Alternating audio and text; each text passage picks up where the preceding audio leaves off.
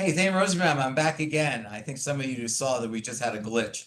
I'm the creative director of the Forum on Life, Culture, and Society at Touro University, and welcome to our FOLCS film series tonight, a new feature film, Guns and Moses, which opens nationally on July 18th for 45 days, after which it'll be available on all of your streaming services. It features a rabbi with a gun in modern day California who is forced into helping to solve a murder of one of his congregants and both protect himself, his family, and the synagogue through the use of self-defense. It has special resonance nowadays. As you know, it's only been 2 weeks since the double murder homicide outside of the Jewish Museum in Washington, D.C. Synagogues all over the country and the world are arming up with special security and police attachments. We haven't heard many stories about rabbis armed and loaded, but this movie introduces you to the possibility that that may in fact be necessary. The ADL has released its most recent statistics since the Gaza war commenced. Hate crimes, violence against Jews, percent, and over the last 10 years, it's risen to over 900%. The film we have tonight, our guests are the film's director, Sal Litvak. Saul is not only directed the film, wrote the screenplay, I think co-wrote the screenplay, is a published author, and here's something that's an interesting little side note. He teaches a global Talmud class every morning online. And what he doesn't know, because this is his first time on FOLCS, that FOLCS is a Talmud class. So you're welcome to something that you do every single day. We're going to take this movie apart in the same way that we take a page of Talmud. Also with us is the film star, who's the second time appearing on FOLCS, the great and wonderful Mark Feuerstein. You've seen Mark before with us on our Essential Cinema, where we discussed The Godfather. Today, he's the guy with the gun. You know him from his television show, Royal Pains. He's pretty much been in everything, including The West Wing. But my favorite films of his, I loved his performance in Her Shoes, What Women Want, Defiance, which, as far as I could tell, is a audition tape for this movie, in which he plays a partisan in the forest I don't think he had a beard. Did you? I did, yes. And he received an Emmy nomination for his Netflix show, The Babysitter's Club. We're coming to you live from our FOLCS studio. If you have any questions for Mark or Sal, you can leave it in the question box on the studio page. And let's start, guys, with a clip from Guns and Moses. Zach, let's play the first clip.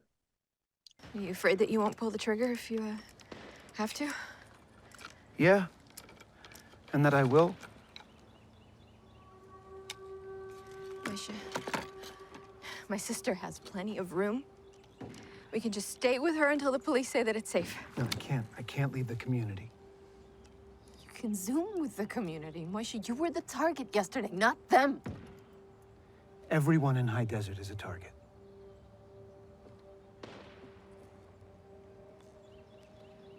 May God and your Glock protect you.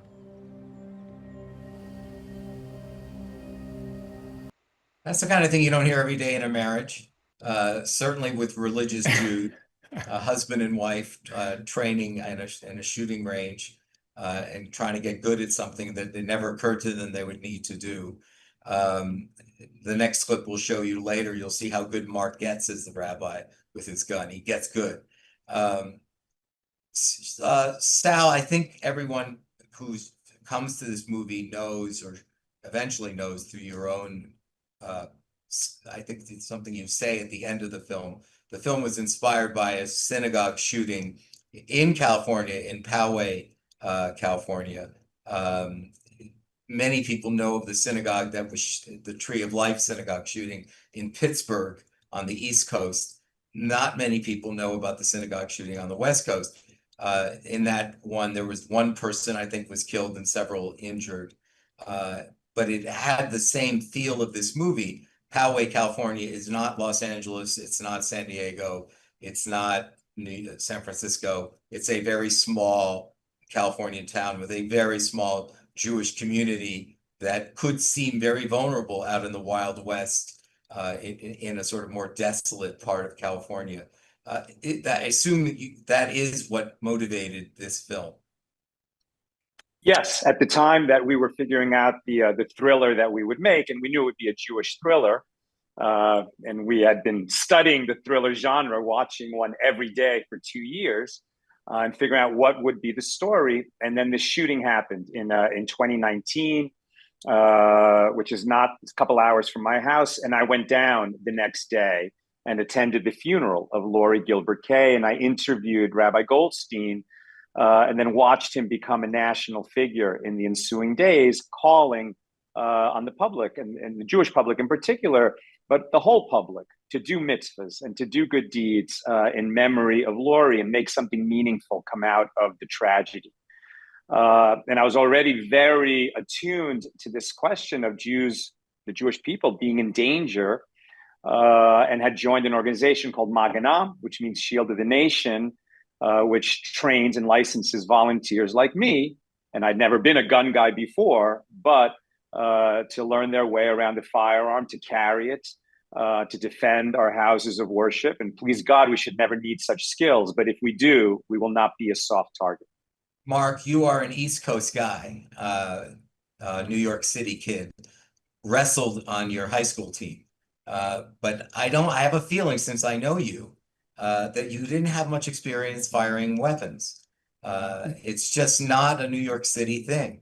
Although ironically, I'll mention later the two fairly recent Supreme Court cases. One of them actually emanates out of New York City. So it's actually interesting that when the Supreme Court actually was talking about the ability to possess firearms, it affected the people of New York, whether they liked it or not. So was this something that was truly foreign to you? Being Jewish isn't foreign. You could have imagined yourself playing a rabbi, but a rabbi with a gun. First of all, Thane, first of all, it's wonderful to be here. I'm so happy to be with the two of you guys talking about this movie that I'm so proud of.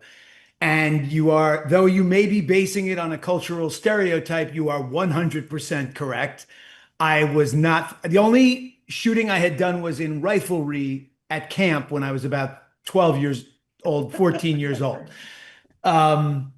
And maybe, when you do the paintball. Right. I had done a little paintball, which was good, which was helpful.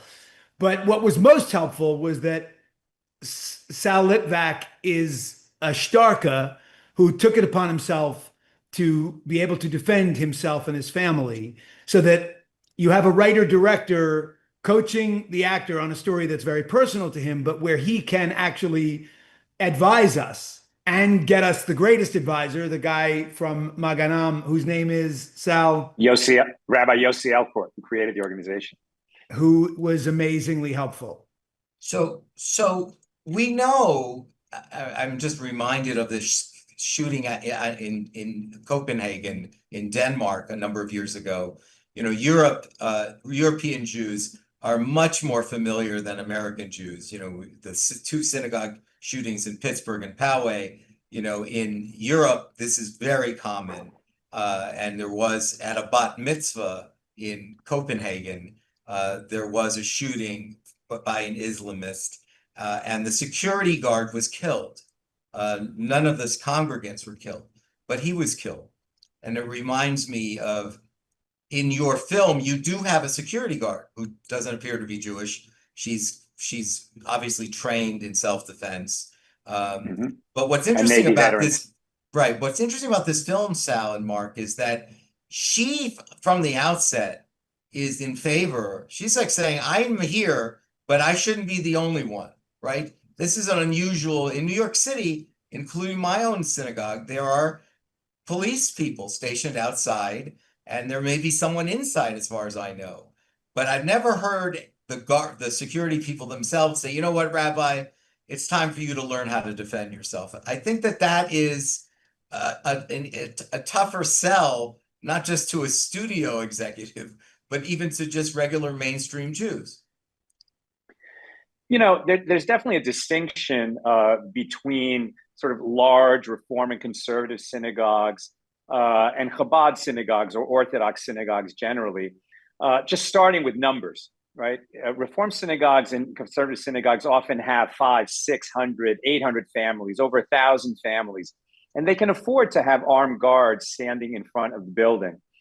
The Orthodox world, and this is to say the visibly Jewish world, right? We're walking around in kippahs and black coats and hats, etc. So the visible Jews, but we often congregate in much smaller synagogues that cannot afford to have a full-time armed guard. And so if the congregants don't take responsibility for their safety, who will?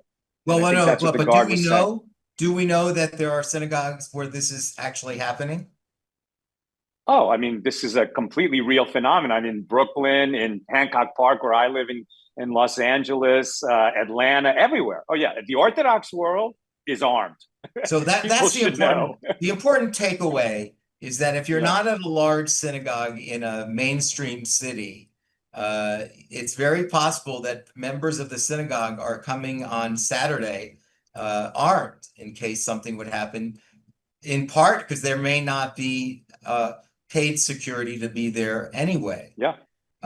What's interesting, Mark, not just possible, it's probable. It's probable. And in fact, and you just had an incident in Baltimore a week and a half ago where a rabbi was assaulted and they punched him in the face, took his keys and tried to steal his car. And when they were not intelligent enough, apparently, to start the car, they came back. And when they came back to assault him again, then they surprised him the first time. Now he pulled his gun and just stopped them. He didn't need to shoot them, but being armed was enough to scare them away. And it ended without further incident, but it would not have gone that way if he was not prepared. So, Mark, people are much more familiar, certainly Jews are much more familiar now with Islamist violence against Jews, whether it's on campuses, we're seeing the protests. It is the divide seems to be focused on Israel. This killing in your film has nothing to do with Israel. You know, it's in a way it's an off-ramp story, right? Because what we're thinking about now, and as I told you in Europe, it's all Islamist violence. It's interesting because when you tell the story of a rabbi with a gun, the original thought for many people would be, oh, this must have something to do with Israel. This must have something to do with Islamist violence, but it doesn't. Now, I don't want to give the movie away. Only 100 people saw the movie as a premiere through FOLCS, so I don't want to give away the plot line. But I think it's important to remember that your film is out in California at regions of the world where it's not that there's not Islamist violence, but there are neo-Nazis. And right. the movie touches upon right-wing violence, not Islamist violence. It's a fascinating thing you're discussing, Thane, and I was thinking about it. We were joking about the cultural stereotype of a New York Jew who never fired a weapon, but in my head, and this is not well thought out, but if you think about the Israeli Jews and how autonomous and prepared and capable of building things and protecting themselves compared to the stereotype of a Jew in America, it's vastly different. But what's amazing is that Sal wrote this movie, Sal and Nina Litvak wrote this movie before October 7th.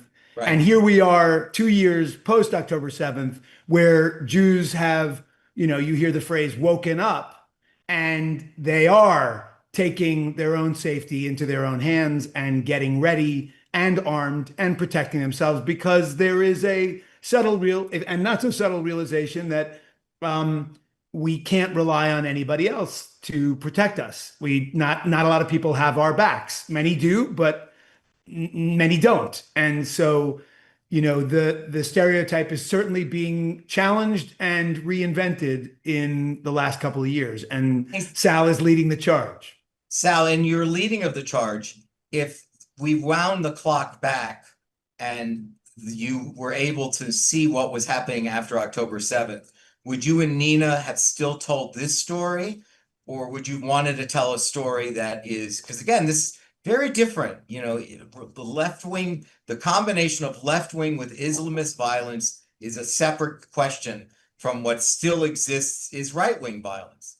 I have a board of director on FOLCS. He's only interested really in right wing violence. He's as a Jewish person, that's what he wants to talk about.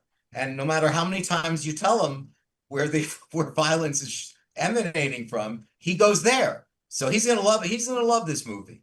But I'm just wondering whether you would have said, "Oh shit, I wish Nina and I had known this, and I would have spun this around and made the movie in the corner of Fairfax and, you know, somewhere in the Jewish district of Los Angeles, where we've seen some moments where Jews were being prevented from entering synagogues. And you could have made it a very, very different movie and still needed the self-defense dimension." Yeah, I mean, it's certainly possible, and you can't rewrite history in the present. But we always were very interested in setting it in the high desert. You alluded to this at the beginning, that it's a modern Western. And who but a Chabad rabbi unironically wears a black hat and a long black coat in 2025, which is, of course, very cinematic. But there's also that sense of, you know, in any John Wayne Western, John Ford Western, by the end, you've got that small group of misfits and allies who have to defend themselves against a real bad team who's coming to get them.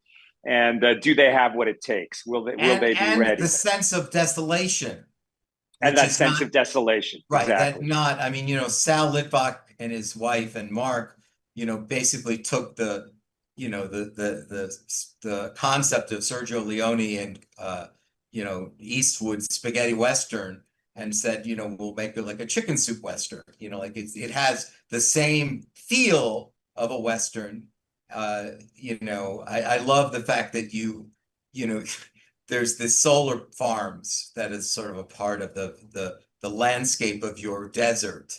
And I love that image because it really gives you a sense of this is the Wild West and there are deserts, but in this desert, it's not so much cactus, but we're going to show you this very high tech thing that's going to be a centerpiece of this criminal conspiracy.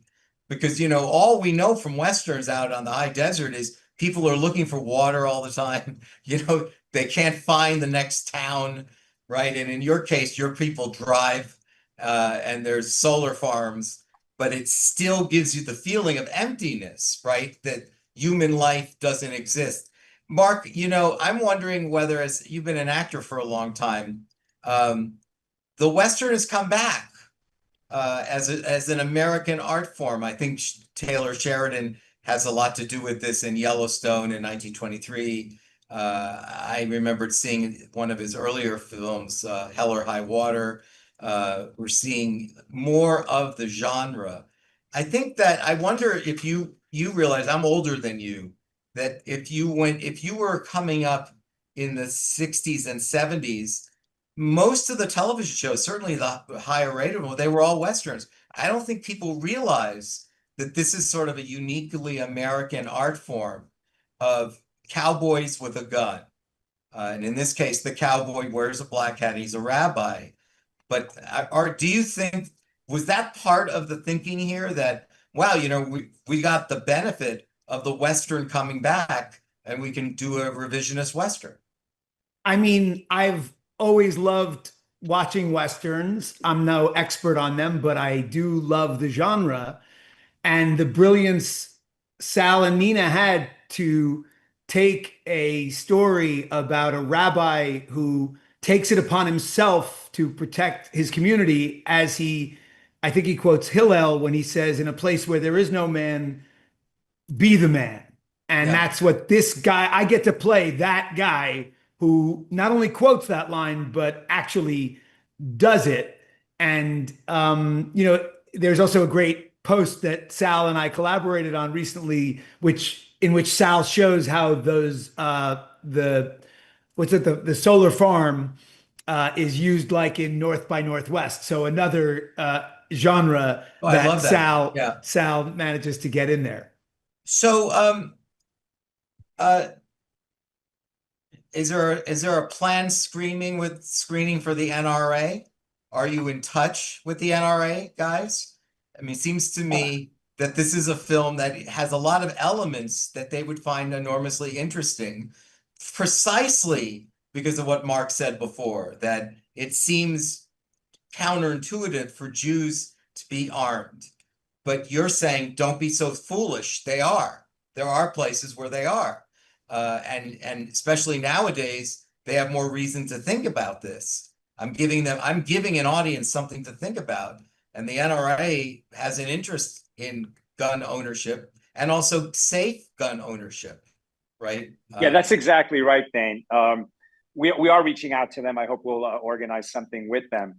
But something that, especially with the genre and the conventions and tropes of a Western, usually when somebody has to learn how to shoot, what is it? It's a 20-second montage, tin cans on a fence. Yeah, yeah. And then suddenly he can shoot. And what Mark does so brilliantly in this movie, and I really want to give him credit. I mean, he's a Cary Grant, he's a Gary Cooper. He's just got this incredible charisma because he's totally committed to the role. And on screen, he is learning. Right, we actually had a moment at the shooting range where some of the skills that he needs to develop as Rabbi Mo, Mark Feuerstein was accomplishing in that moment. And when the camera catches, when he learns exactly where the wall is in trigger press and to control the gun. And it's very difficult, but very difficult. If God forbid you're ever in a situation of danger and you have to shoot safely, to shoot accurately, to defend yourself and your family, it just won't happen if you don't have a tremendous number of reps in. Like, you have to train. Somebody just, wants to defend themselves and they go to the gun store and they get a gun and they've been to the range once or twice. I hate to say it, but they're not safe. They're not ready. So I think a consensus view across the political spectrum is that people with guns should be training and learn how to use them properly. And the NRA has an interest in that. The other thing that Mark does so well in the film, I love this section of the conversation. I know. Mark, you don't even have to say anything, Mark. Thank you, Sal. Thank you, Thane. Yeah, no, there's another area that amidst the learning is also the continued ambivalence, that it's not like a true Western in the fact that a guy realizes he needs to use the gun and the next thing you know, he knows how to use it. It's not just that Mark is learning, the rabbi's learning, but he's learning it with tentativeness. He's halted, yeah, go ahead, Mark. No, you showed the perfect scene that shows that off, which is, she says, are you afraid you're gonna, what is it? You're afraid that, are you afraid you won't pull the trigger if you have to? You won't pull the trigger. And then I say, I'm afraid I will, which is that ambivalence right there about having to use it. And one thing I wanted to say about the Western comparison is that what's so enjoyable about those movies is who the good guys and the bad guys are. It's so clear. You get to root for the hero as he vanquishes the bad guys. And in this movie, Sal and Nina did such a brilliant job, and Sal in his direction, of creating a sort of shady, not for sure bad guy in a neo-Nazi who is attacking the synagogue. And he brings up a cultural issue, if I may, that was unexpected, which is, in this time of political correctness, we're not supposed to talk to other minorities about their experience of suffering because we don't want them to have to educate us. And yet Jews never have a problem with that. And there's a beautiful scene with the neo-Nazi and Christopher Lloyd, who plays a survivor, who is not afraid to bring him over and explain to him that the Holocaust not only did happen, but killed everyone in his family, and this kid should know it. And it's not so clear from that point on who the bad guy is. No, and also what I like about that you did nicely, Sal, is with the young actor who plays the neo-Nazi, is that we don't know for sure how he processed that information, right? Yeah. It's not like he said, oh my God, I never thought about the Holocaust like that. You know, it's much more subtle and nuanced. You did a very good job, and so did the actor. Is if there's not a wholesale change. You know, he's not a new man by this. And that was a brilliant direction by Sal, which was we have this moment. It's Shabbat. We're out there having the kiddush, and there's a brownie. And this is early enough in the film that I feel like it's okay to share. Sal directed us to clink the brownies like a little toast, and that is so subtle but significant in the course of the movie. Well, what's the emotional complexity of that scene is that the rabbi can't get out of his head that he ate the brownie. He took the brownie. Exactly. And that is actually, I got to give. That's an interesting.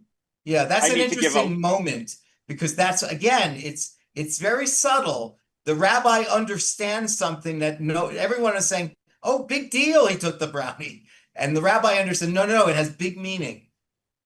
Yeah, Charlie Chaplin talks about this in one of his films, where, you know, as a writer, he has a need to communicate something. There's a problem that needs to be solved with a subtle communication to the audience.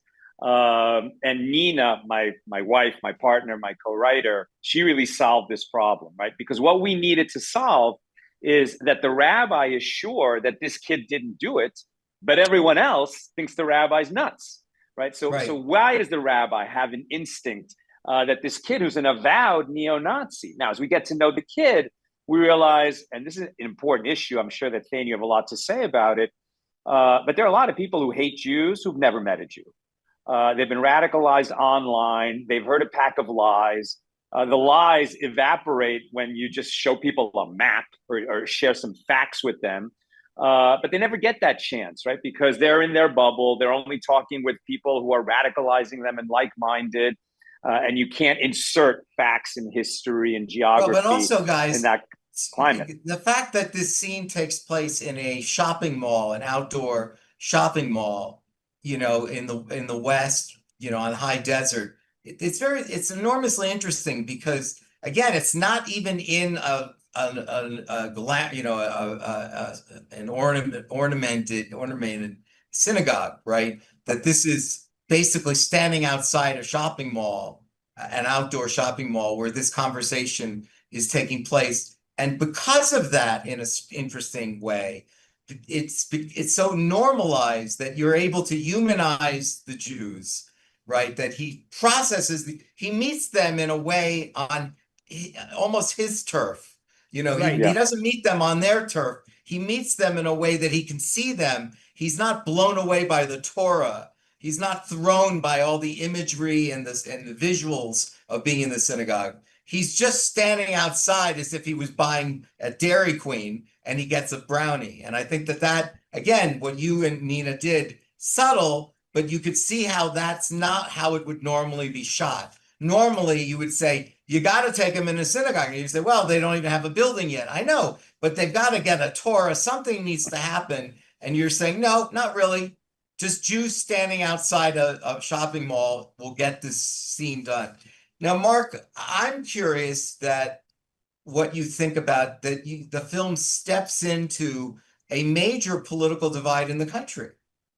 You know, that this movie has real chutzpah, you know, because it steps into a red-blue divide and does it in an interesting way. Why? Well, because although it may be true that there are small pockets of Jewish communities in more remote parts of the country that would identify with this movie more than they would where you had your bar mitzvah, Mark, you know, at the same time, or mine for that matter. Parkey Synagogue to have their gala. I know. That's go Parkey's. I know that's where your dad goes, right? I know. Yep. So I wonder whether by doing this, guys, you know what's going on at Friday night's services, Shabbat dinners all over the country, especially since you guys are in LA, right? Anything that remotely looks like it is siding with a red state or siding with Donald Trump is like forbidden territory among American Jews. And it's as if to say people have lost friendships over Donald Trump, and friendships over this divide between red state. 80% of American Jews identify with Democrats, and this divide is very strong. There's no commonality, and your movie is forcing Jews to say, wait a minute, let's not be so rash. What would you do in a situation like this?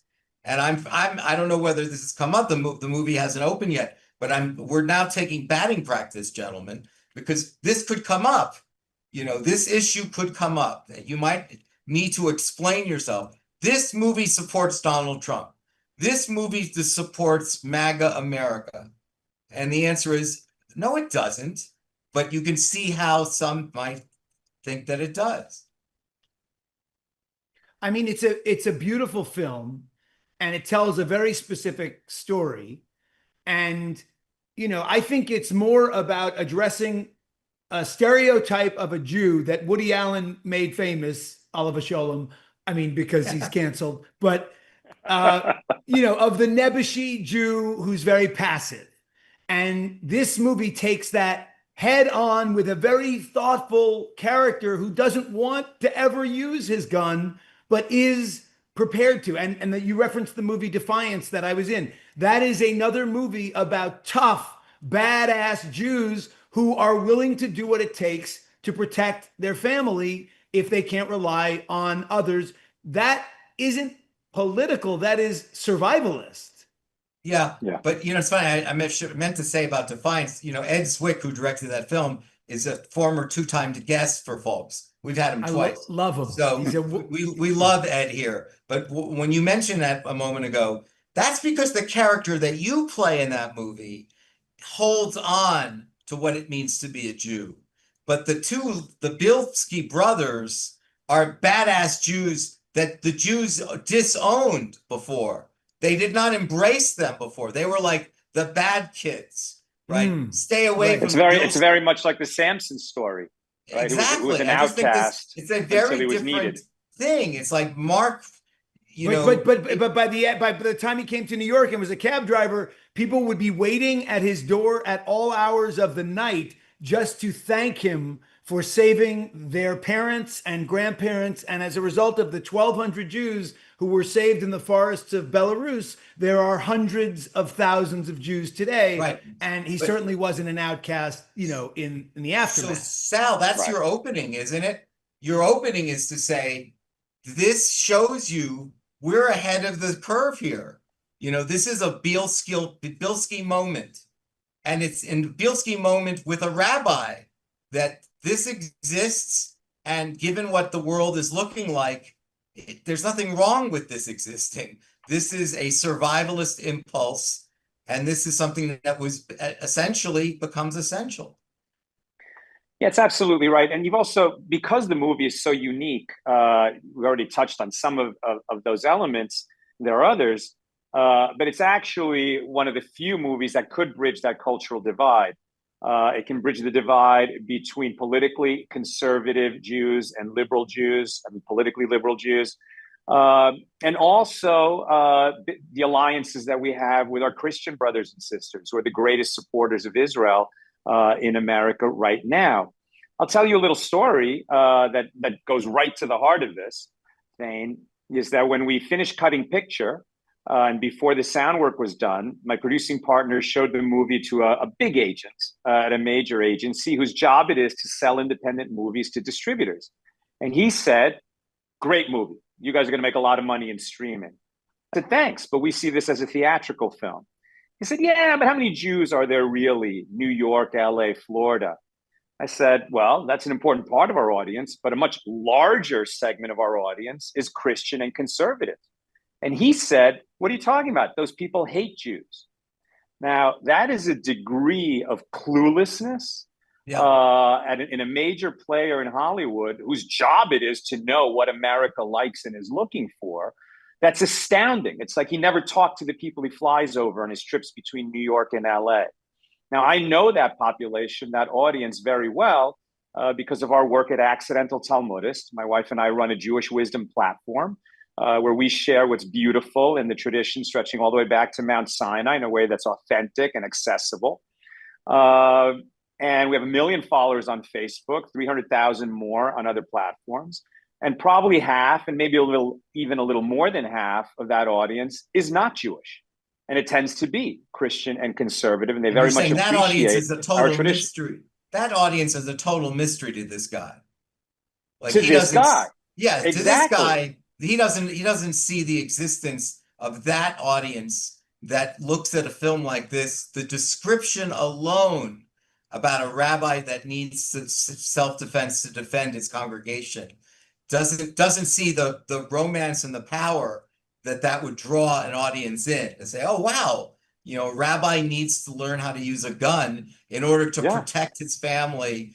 You know, in many ways, it's a tremendous draw. And when they actually see the movie, because we've tested it, I mean, they love it. They absolutely love it. And it's a place where we have common ground, you know, and forming these alliances and having brothers and sisters who, as Mark said earlier, people who have our back. I mean, what could be more important? You know, breaking bread, standing together at a time like this, it's just essential. But I think that the cluelessness of that guy and so many of his colleagues in this town is the reason why Hollywood has been so addicted to reboots and prequels and sequels and just so afraid of offending anybody. And they're failing over and over and over. It also might explain Yellowstone, as if to say that the major studios missed out on storylines that a large segment of America really wanted to see. And they just ignored it, assuming who would be interested in a cowboy story? Who would be interested in a rabbi having to defend his family with a gun in the high deserts of California? It reminded me of, we had once as a guest on FOLCS, Supreme Court Justice Stephen Breyer. And we had him in connection with the film series where we showed the audience the movie. We started with a screening of the John Ford classic, The Man Who Shot Liberty Valance. And then after the movie, Stephen Breyer and I took the stage to discuss it. Now, he, as you may remember, he retired a year or two ago, but he was a quintessential liberal justice on the Supreme Court, a stalwart member of the liberal bloc. I picked him for that reason. I said, I want to have you talk about Liberty Valance. So he tells the audience, we have this, you can watch it on our website. He says to the audience, he says, you know, sometimes a person just talks too much and you need to bring a gun. And the audience went, what? He said, yeah. I go, and then he says, and this is actually a message related to some of the rioting that's going on where you guys live now in Los Angeles. It's so interesting how this all, in a moment, I'm going to ask you about the posse comitatus, because that comes up too here, both in Los Angeles now and in the movie. It's also an issue, the concept of the posse comitatus. He said, he told the audience at the 92nd Street Y, he said, how do you think we integrated the schools and desegregated the schools in the Deep South? Not with the Supreme Court decisions. The governors ignored the Supreme Court decisions. You know, Governor Wallace, the Mississippi governors, they said, the hell with the Supreme Court. We are not putting Black children in our schools. And Dwight Eisenhower took the National Guard. Yeah, Dwight Eisenhower once, and Lyndon Johnson another time, sent in the National Guard to escort the kids into Little Rock High School, into the University of Mississippi, to make this happen. And Breyer said that's an example of sometimes you just talk too much and you need to bring a gun because you're in an area where the law won't matter. They're not impressed. And if you don't have a gun, you can't get this done. And I think that that's one thing that this movie pushes the envelope on, that the ambivalence of the rabbi, he comes to terms with the fact that he needs a gun. You know, he sees something is wrong. An innocent person is being found guilty. A person who should be punished is being unpunished. There might be a broader conspiracy here that no one wants to resolve, in part because the government itself may be in part of the conspiracy, and the rabbi sees the whole field. Yes, but the beauty of it is he does the work of asking questions, which is such a beautiful metaphor, because that's what our tradition as Jews is all about.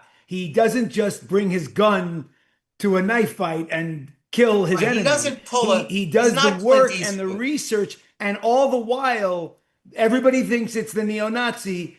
He believes, he has faith in man. He has faith in the inherent goodness of human beings, and he gives this kid a chance, which we could use more of in the world. While acknowledging that real evil exists. Exactly. Yes. And so he asks the questions. It's like, what's bugging Rashi? It's what's bugging Rabbi Mo. But he doesn't just take as an article of faith that he's right and start shooting. He does the investigation, and it's certainly elements of the movie are the procedural of a detective following the clues. Mm-hmm. And unlike your classic Western, including Liberty Balance, good and evil are very, very well settled from the beginning of the movie.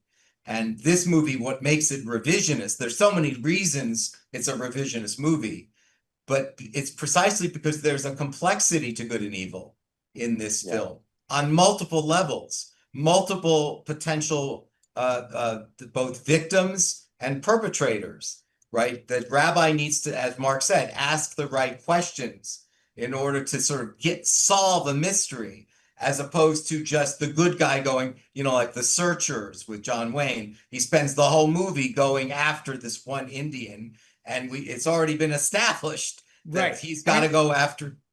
And when the rabbi is giving a message publicly on the news, he doesn't just say, we're going to get the bad guy. He says, go do a mitzvah, do something kind. He's using this murder as an opportunity to create goodness in the world. So one of the things that the movie opens up is the Supreme Court precedents over the last few years, because most people don't realize that the Supreme Court has taken a much harder look at what does the Second Amendment mean, right? Jews are associated very often with the First Amendment, on multiple levels. But this is really a Second Amendment film in so many ways, because it picks up just when America is finally realizing a kind of analysis of what the Second Amendment means, right? For decades, people didn't know what it meant. What does it mean, the right to bear arms? When we were in school, we didn't know what it meant. It was left very, very vague, ambiguous. But in the last several terms of the Supreme Court, and one of the cases arises out of New York State, where New York State had rules, among other things.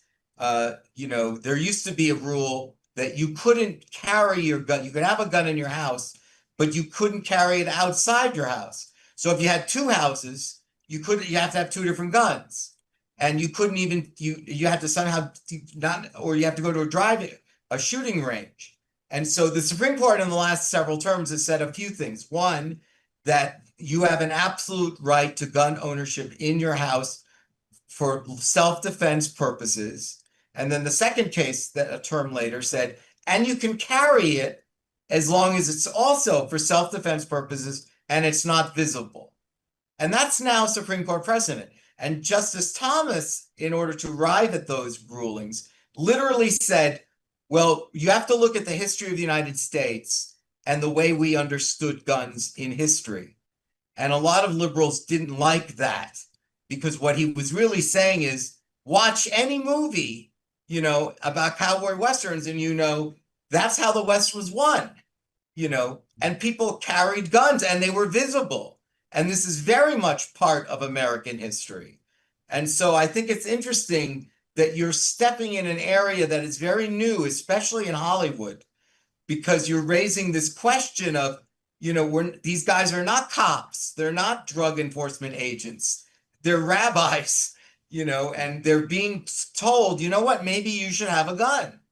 And that is a new idea. And there's a reason why in rural America, guns are so very common, because God forbid a bad guy comes, and the bad guys could care less what the law is. They all have guns. And if one of them is coming, well, the police are not going to get to you in anything like the time needed to keep you safe. And so then it might be a bear and it might be something else. But in rural America, of course you have a gun. Well, in the cities too, the response time of the police, who are overwhelmed, and many of these departments have sadly been shrunk when they're most needed, and in the neighborhoods where they're most needed. And if people are going to be safe from the bad guys, yes, it would be good if nobody had guns. But that's not the world we live in. That's not possible. And also, it's a reminder of the region of the country that sees it differently. So, for That's instance, exactly right.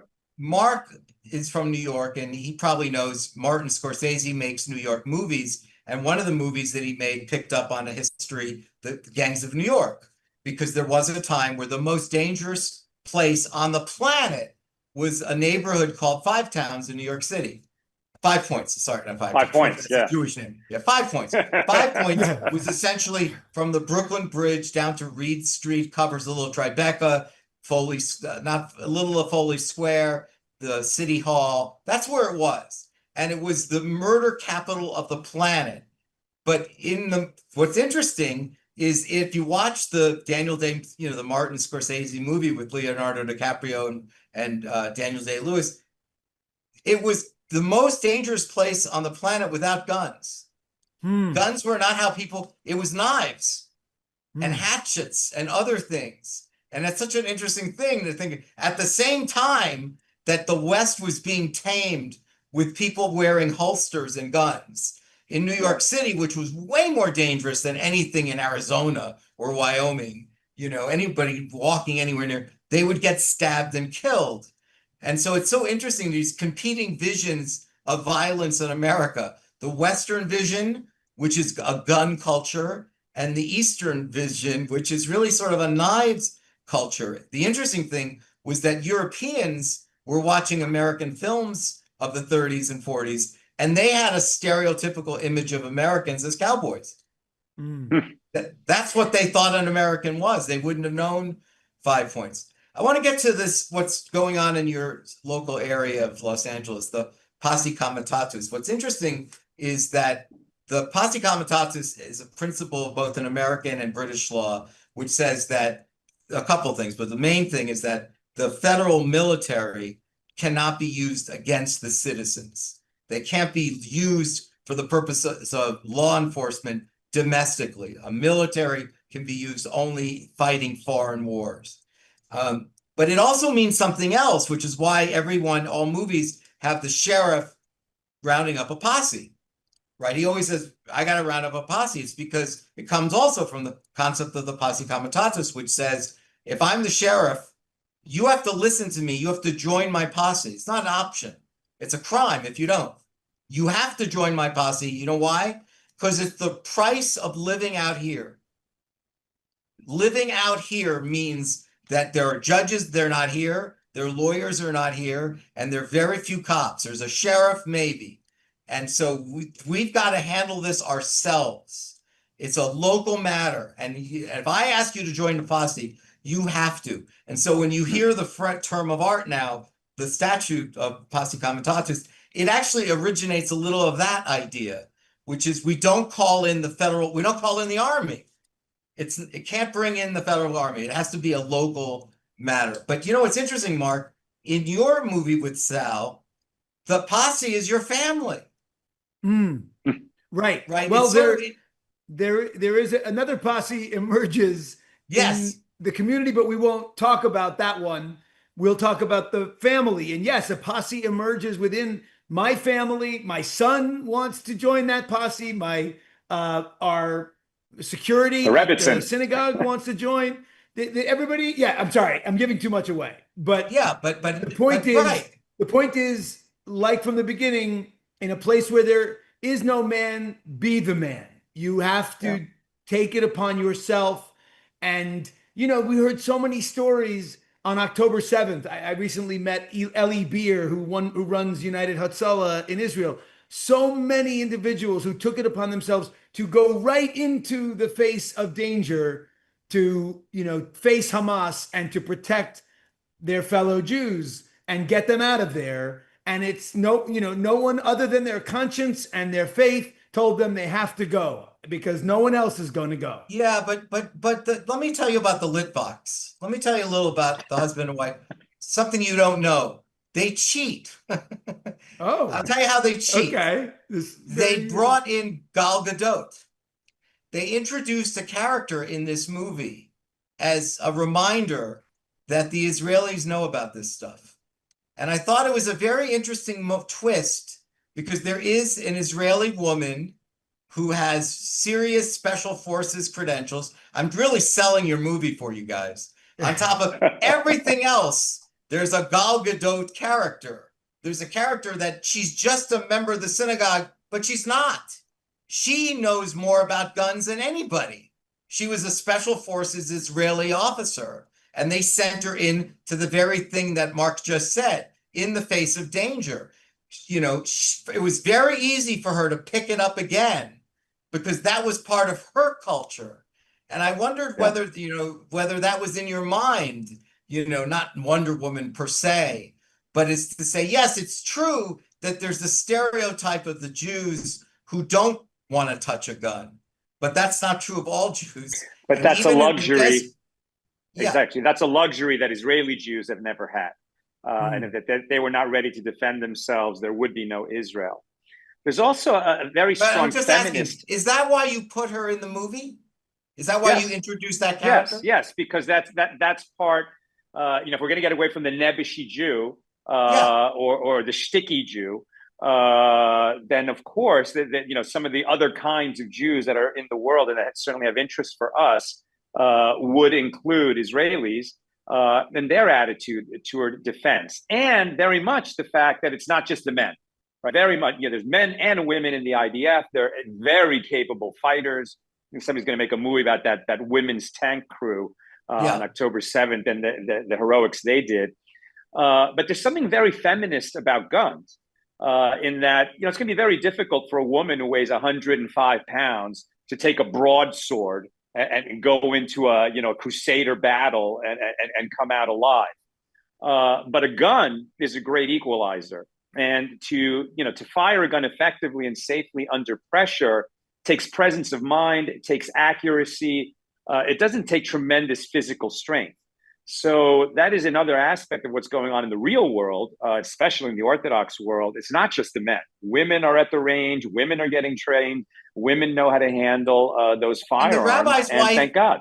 Let's just be clear without giving away the movie. The rabbi's wife gets good at this. Yeah, in the clip you saw her at the range. She's absolutely learning. At the end of the movie, she's. Thane, we don't have to go too far. She's good. I'm just saying, when she fires, she hits something. She's good. She takes the training seriously. Hey, when I married her, I didn't pick willy nilly. I knew who I was marrying. You said, and it's interesting about imagine yourself firing a gun. Can you imagine a future with 4 or 5 children and gun ownership? Exactly. Yeah. This movie has some very strong women characters: the rabbi's wife, the congregant that you're talking about, the security guard. But also, and the but daughter. Also, I'm going to go back to the Israeli Special Forces one again. I love the line that you and Nina wrote, where when she shows up in uniform, it's her daughter or son says, "Mom, you're so badass." What's great about that goes to what you said about the feminizing of that, why it's a feminist impulse, which is to say, guns allow people to look ordinary in life. They don't have to look like The Rock, right? They don't. We just had a screening on Sunday in Poway, California, in the synagogue where the shooting happened.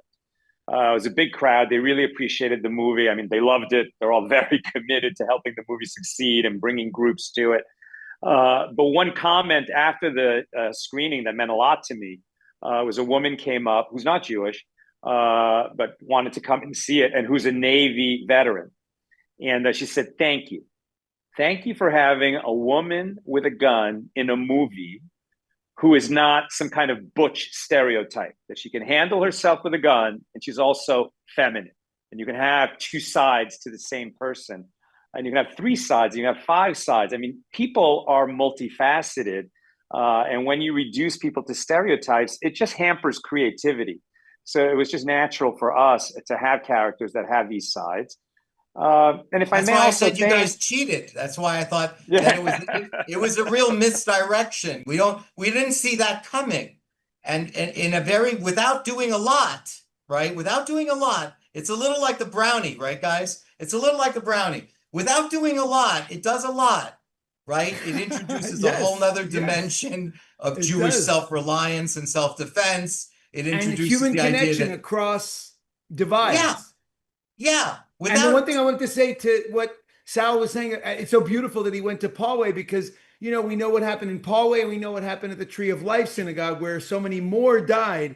And Sal taught me that in, you know, the Orthodox community, there's they press the importance of taking action immediately. And that was the difference between the result at those two synagogues. Am I right, Sal? The congregants went at the guy with chairs. One had a gun. Now there's like a lot of guys carrying in that shul. Previously, they didn't know how high the danger level was. And miraculously, the gun jammed, or it would have been worse. But as soon as there was a space, and the rabbi himself interceded, I mean, and had his fingers shot off. Yeah, right. I remember incredibly courageous. Yeah. Yeah. Well, how are we doing on time, Thane? I have something else I want to say, but I don't want to linger. Well, I want to say that, then we'll take some questions. Maybe we'll show that last clip of Mark in action and say goodnight. Add your last thoughts, Sal. I just wanted to add that when we're talking about all these different story elements and character elements, but another important part of the movie is the visual element. You know, everyone is so familiar with the iconography of a Western, the horse, the saloon, the mesas and plateaus. And we shot this movie in the same place where Westerns have been made for 100 years. But in 2025, that landscape includes solar farms, strip malls, minivans, roads, power lines. 100 years from now, it'll look different again. And it was important to me that the iconography of 2025, that we don't even see it, we're blind to it, right? Strip malls, minivans, who notices that? But one day that will be, you know, the evidence of our time. And we tried to make those icons iconic in our movie. And I hope we succeeded because that kind of visual storytelling is very much a part of the different kinds of elements that you're talking about. Hopefully the nuance, the surprise, you feel that you're in a Western, but it's a little bit different. And you realize that, yeah, we are living in such a time. And the Western is not only historical, the neo-Western is real, and it's something we're living through now. Very well said. In the same way that Westerns gave documentation to the landscape of their time. That's right, exactly. You just reminded me, Sal, that in fact the strip mall is not just the location of the Holocaust survivor and brownies, but it's also another scene that is much uglier in the same spot at night. And I like that you did that. You took us right back to the strip mall, which is just where the synagogue happens to be. But you showed us a darker side of that same element, right? That the same neo-Nazi element reappears. Which is real. Yeah, it's real. It's not like it's not like the rabbi sees something and says, there are no such things as neo-Nazis. There are. The rabbi learns that there really are neo-Nazis and that he may have made the right call, but he does have enemies out there who align themselves with the fascist right. But I love what you just said. It's his great first step at protecting himself. And you even, you know, Sal wrote it into the script that he's realizing his own power to, you know, take responsibility for his safety. And also what I loved about that scene is that, again, revisionist. It's not a Clint Eastwood where he's indestructible. In that scene, the rabbi, who by now has actually gotten good with the guns, was still very destructible.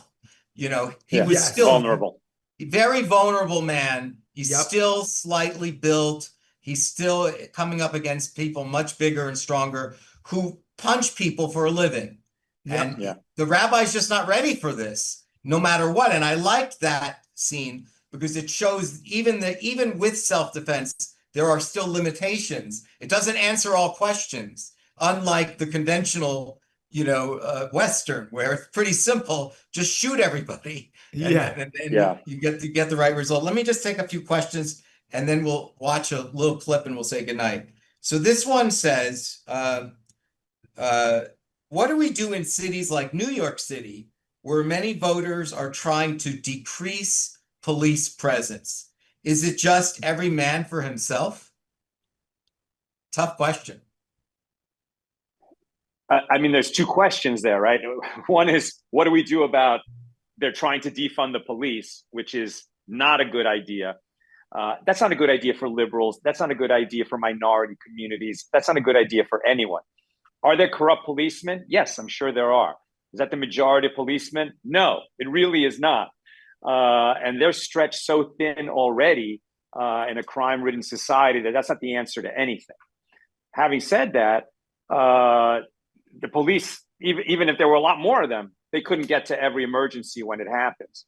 So what I would advise people is a few things. Number one, the best fight is the one you're not in, right? So you've got to have vigilance. You got to be walking around in what's called condition yellow, where you're relaxed, but always aware of your surroundings. And you see the anomaly, you see the problem before it happens. If you actually spot a problem, then you're in condition orange and you're very aware. And if you can get out of there safely, you do it. If you need to fight, if you need to hide, then you do it. But you've got to be aware.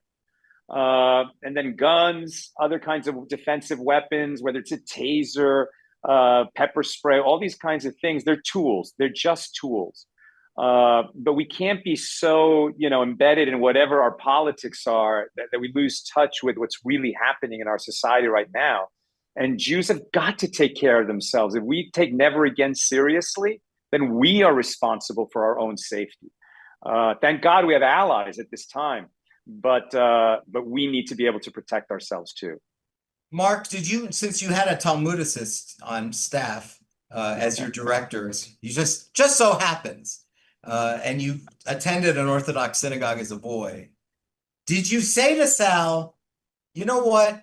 I gotta have a scene where I describe or discuss what the Talmud says about taking lives, right? Like, for instance, what are there Talmudic rules that say what is permissible in self-defense? I mean, does the rabbi wrestle, as rabbis often do in this movie? You're asking this of me, and you have the accidental Talmudist. That's right why I'm asking. next to you. I'm wondering. In preparation for the role, I did read a wonderful book about the Rebbe by Rabbi Joseph Telushkin, which was incredible to learn about what a brilliant guy he was, both as a Talmud Chacham and as a PR agent for the Orthodox movement and the Hasidic movement. He is, and so I grew an appreciation for that. But if you're asking about what the Talmud says with regard to the right to defend yourself, let's go to Sal. Sal? The Gemara says that if somebody is coming to kill you, rise up and kill him first, in the clearest possible language. And then we would also add that the traditional Jewish response to danger is multivalent, right? It's three things that you need to do. You need to pray to God for help, attempt diplomacy, and prepare for war. That is the threefold Jewish response. That is a great way to end. All right, Zach, let's play that one scene with Mark short.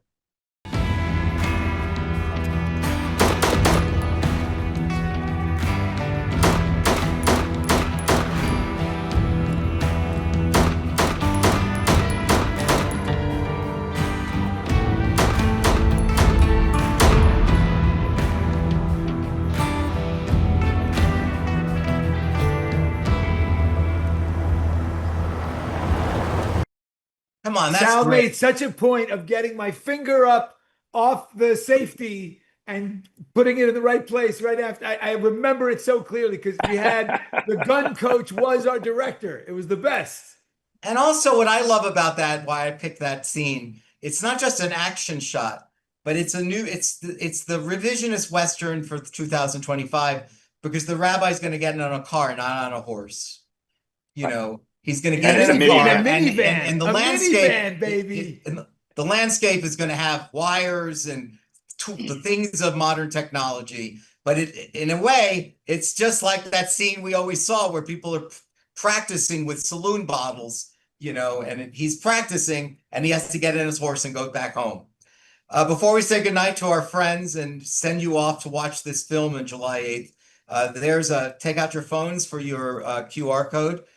We would like to think we're one of your favorite charities. Never leave a FOLCS event not being smarter. So I think that we satisfied you again. So that's our donate slide. Stay in touch. Make sure you're on our website for upcoming events. And speaking about upcoming events, we've got something to, oh, yes, of course, we've got all of our various social media platforms that you can find us on. And that's where you can see the upcoming events. Zach, I don't know, do we have a card? There we do. There we do. This is an annual fan favorite.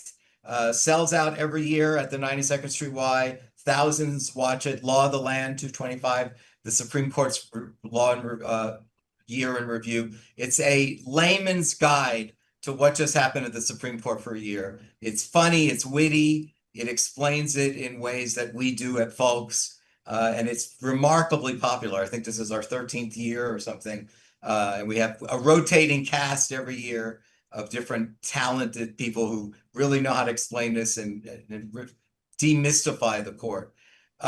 Gentlemen, Sal, Mark, thanks for joining us again. You know, we're big fans and friends. Sal, we're always here for you. Come back. As you said, Ed Zwick has been twice guest. We love directors. I meant the audience really watch this. This is a film, you know, a film that'll change you and make you think in ways that you hadn't before and think about things in a very different way.